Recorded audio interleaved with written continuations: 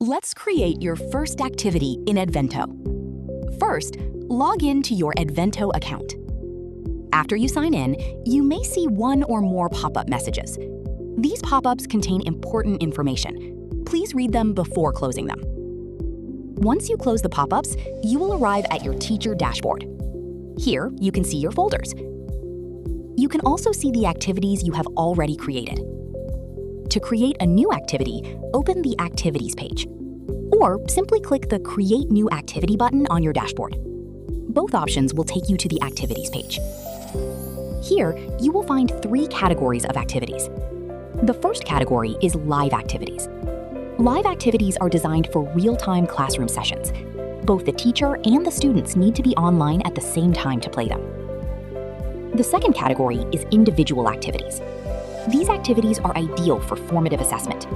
Teachers create the activities. Students complete them at their own pace. Their results are automatically available in the Analytics section. The third category is Assessment Tools. These activities are designed for secure and structured assessments. They are perfect for quizzes, tests, and other formal evaluations. Each activity is displayed as an activity card. Move your mouse over the activity card. The card will flip over. On the back, you will find a detailed description. This description explains what the activity is designed for. It also helps you decide whether it is the right activity for your lesson. When you are ready, click Create Game. This button is located on the back of the activity card. A pop-up window will appear.